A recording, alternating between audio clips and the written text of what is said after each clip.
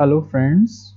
Welcome back to another session from this book, Word Power Made Easy by Norman Lewis. And now onwards, we are going to discuss a number of sessions which will talk about various speech habits. Right? So, from this book, we have completed up until session 23. And now onwards we are going to discuss session 24, 25, 26 and 27, and they will be dealing with certain speech habits of people. Okay, because this speech or language or communication is an important part of human life, and communication is an important part of human life, and we cannot imagine our existence either in the society or even at the individual level without speech.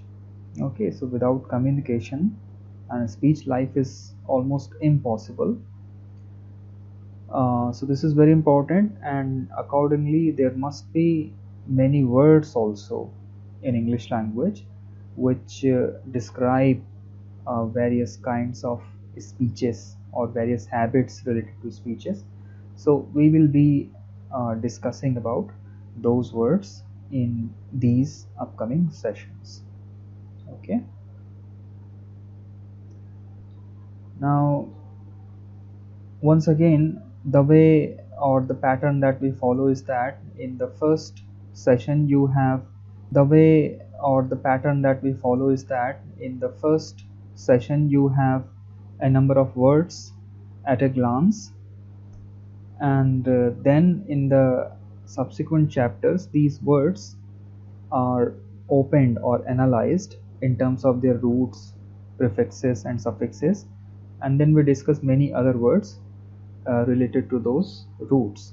So this pattern is going to take place once again in these group of sessions.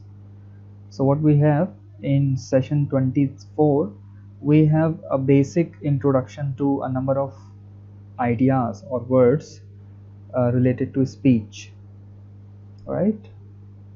And what we are going to do, we are not going to uh, analyze or explain the words from session 24, but we do 25, 26 and 27. By default we will understand the words which are already there in this particular session. So these are the words. We are skipping session number 24. We are directly jumping to session number 25, and from whatever words we had in 24, we are just going to uh, analyze and discuss two words and their roots. One is tacit and another is loquacious. So these two words today in this session we are going to discuss and analyze. So session number 24 we are going to uh, discuss now.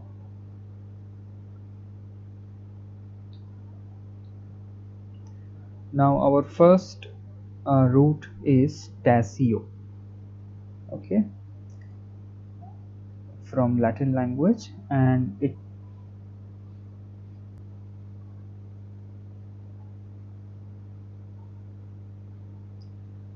from this first root taceo, that is silence, we have our first word which is taciturn. Okay, and taciturn will be generally a person. Okay, so it's going to be an adjective, and taciturn means somebody who is uh, quite reserved type, okay, or silent. So we have so many people who speak very less, who talk less, and who are reserved in themselves, and such people do not prefer to talk to other people. Okay, so they are uncommunicative, they prefer to be silent. Uncommunicative people or those who speak less. Okay, so it can be, in fact, people also. So many people you might know who speak less, and therefore you can call them taciturn. Now, one example I can remember is that of our uh, Prime Minister, not present Prime Minister, but from the previous government, from the Congress party, PM Manmohan Singh, who used to speak very less in the public and probably with less vigor. So people used to call him a taciturn person, okay, who does not speak much. Okay, so people can be uh, termed as taciturn if they talk less, and there can be,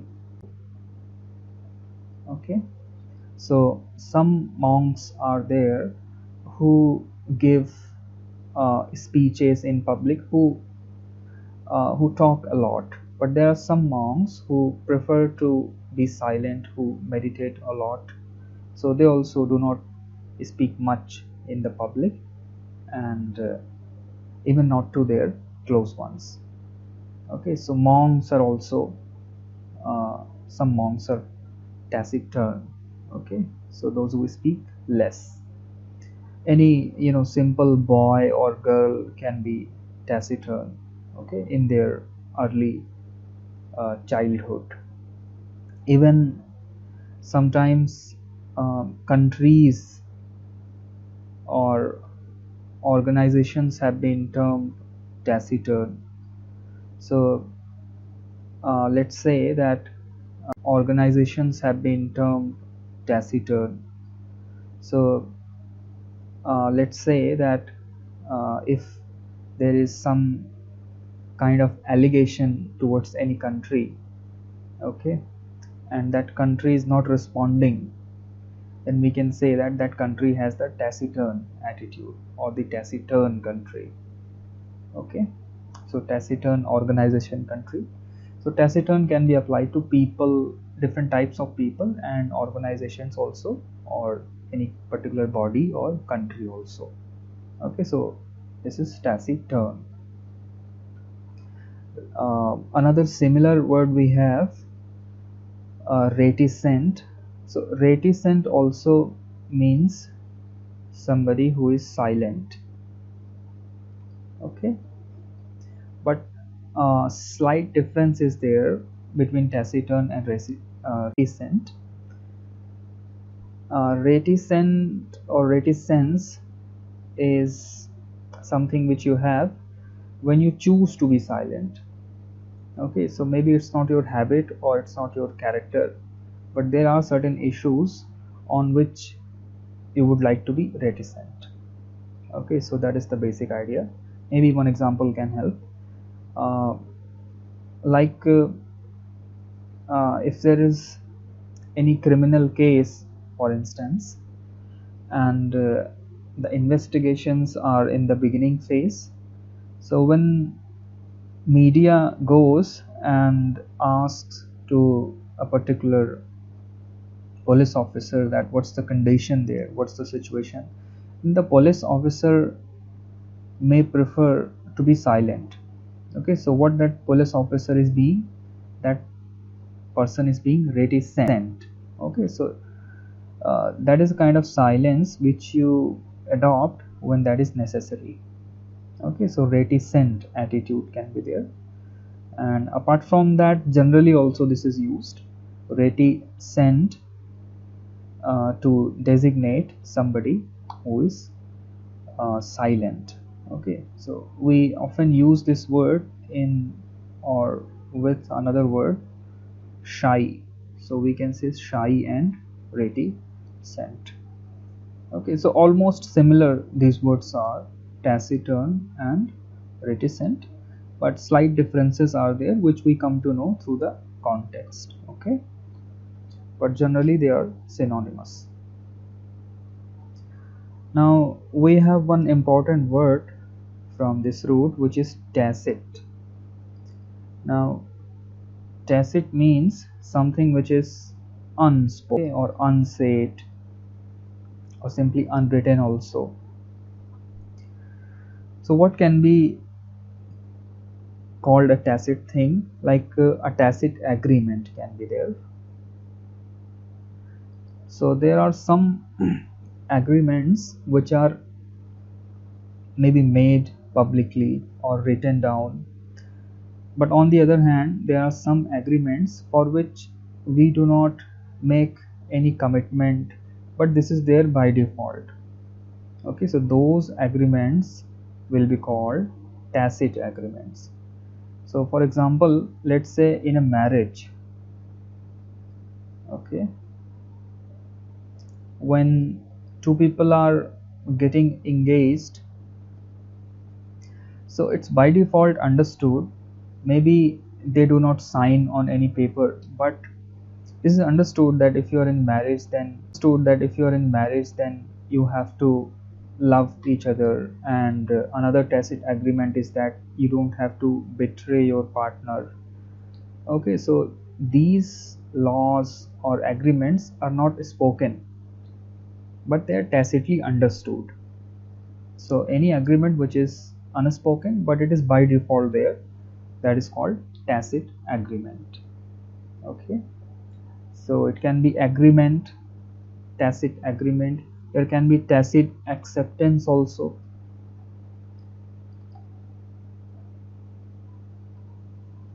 Okay, tacit rejection also can be there.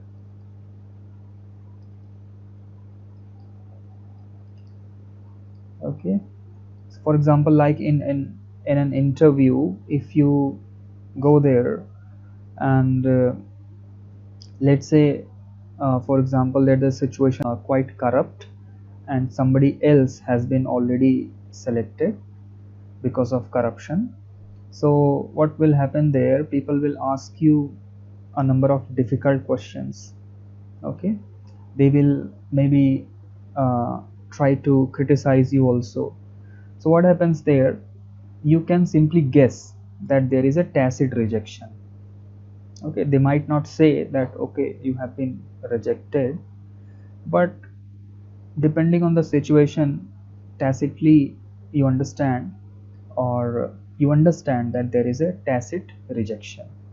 Okay, if the situation is reverse, everything goes well, you are being appreciated there, then you can say that without the actual declaration of the result, that there is a tacit acceptance of your candidature. Okay, so an agreement can be tacit, acceptance can be tacit, rejection can be tacit when they are unspoken but they are understood by certain behavior. Okay, so tacit is very important for coming from the root taceo, which means silence. Okay, now the second root that we are going to discuss is loquor, and loquor means speech or talk. Okay, now another speech habit is loquacious or being loquacious. It is just the opposite of being taciturn. So taciturn person will not speak much. On the other hand, loquacious person will speak a lot. Speak a lot. Okay, so it's very easy to understand from this root. Loquacious person is full of loquor. Es suffix is there whenever you have es or os, that means it is full of something, and that something is here speech.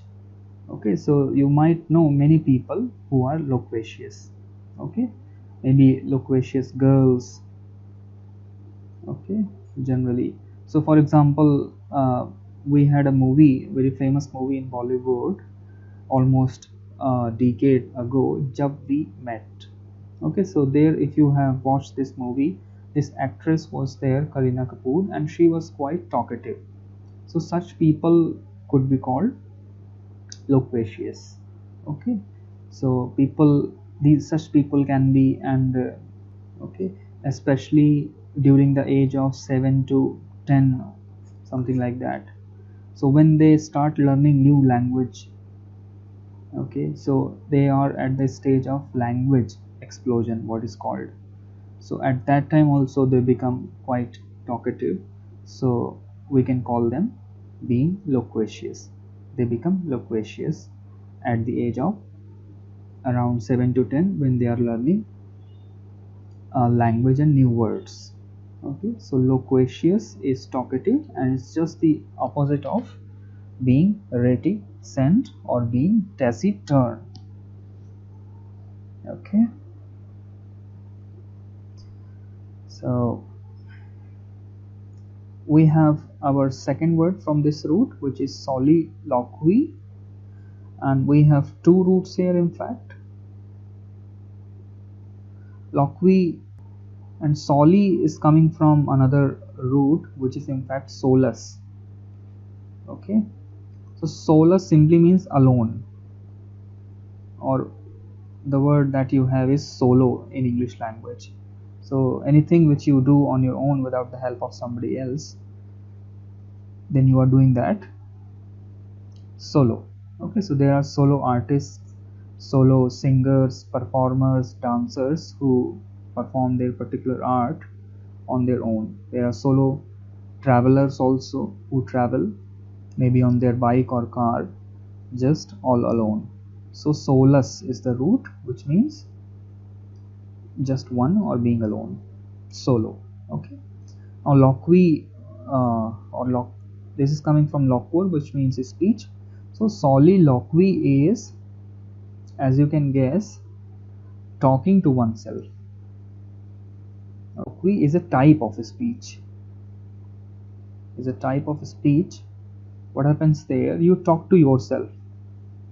Okay, so there might be some moments in your life when you start reflecting or pondering or thinking about some deeper events in your life or some deeper questions of life. Then what you do, you somewhere in a silent place, you sit and relax, and maybe you simply talk to yourself. Okay, you think so many ideas about events, about different people, and you simply talk to yourself in your own mind. Okay, so that is called soliloquy, talking to yourself or talking with oneself. Okay, so that is generally how it is there, uh, or, so that is generally how it is there, almost common to everybody. And then in uh, it's a technical term in drama also, or theater, or simply in movies also. Okay, so in movies, you must have seen that sometimes people just uh, engage in a conversation in their own head. But what happens, we the watchers or listeners can listen to that speech which is going on in the head of the person. So there also, what is going on there? Soliloquy. Okay, solo talking in drama, that is also called soliloquy. Okay,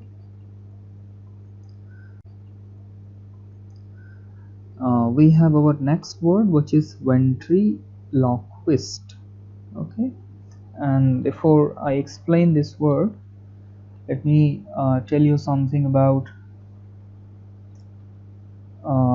the structure of human body, and these words will be discussed in somewhere in upcoming session also. But few things are important here to understand this word. One important concept is ventral and dorsal. Okay, so these are simply anatomical positions of human body. Now what is ventral? You see here it's written ventral. So this picture shows many directions uh, of different sides of our body. Okay, so ventral, this part of body. Okay, so ventral literally means, I guess it means belly or stomach. So that's belly side of your body, or in fact of any body of any living being, is called the ventral side. Okay, this particular portion is called ventral side, right? On the other hand, or on the back side, what you have is a dorsal side. Okay, so back side of any animal or any human being is dorsal, and the front side is ventral. Okay, and ventral literally means belly or related to stomach. Okay, so different positions are there, like distal, right, left, midline, medial, lateral, all those things are there. But of our concern is ventral and dorsal. Ventral is the front side or belly side, and dorsal is the back side. Okay, now we come back to our uh, word, which is ventriloquism or ventriloquist. Now, ventral, as you can see, is the belly. Okay, or related to belly, and loquism is, you can say, speech. So ventriloquism is an art. It's a rare art, very few people have it. So what happens there, uh, people speak with the help of their belly. Okay, a lot of pressure and force from their belly, and without opening their mouth. Okay, or without moving their lips and teeth, they make certain sounds exactly like somebody would do when they are talking normally. Okay, so they do not speak with the help of their mouth or simple or normal vocal organs, but with the help of their belly. Okay, so this is a rare art, and in fact it's very difficult to explain how it feels like or how it is performed. So the simple way is to, probably watch any video on internet. You simply type ventriloquism or the person will be called ventriloquist. Okay, and you will see a number of people on this art. Now this girl is named Darcy Lynn. Okay, it's a famous girl from America, and maybe 12 or 13 years old, and she can perform ventriloquism. So what happens, you can see she holds a puppet and will try to move the mouth of this puppet with the help of her hand, and it will appear that this puppet is talking. Okay, but what happens actually, this girl's utters certain words, so it's a kind of deception. So I would suggest you simply go to internet, YouTube, and search this, and then you can easily understand what I mean by ventriloquism and who are called ventriloquists. Okay, so just a simple suggestion, and the idea is that these people will talk not from their mouth, but principally from the force which they exert from their belly or from their ventral part. Okay, so ventriloquism. So there also we have this root loquor, which is a speech. Now we have two more words from loquor. One is colloquial. Let us analyze this word first. It has two roots. Call is something like common, Okay, com is there, so call is actually here com or come, which is common, right? Or come, which is common, right? And loquial or loqua is speech. So common speech is the literal meaning of colloquial, that we speak, okay, or normal people speak.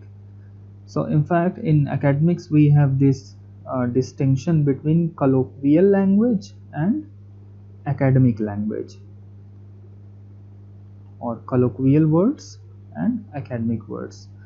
And even more simple terms could be like informal words, which we use on day-to-day basis, and formal words that we use in colleges or offices or universities.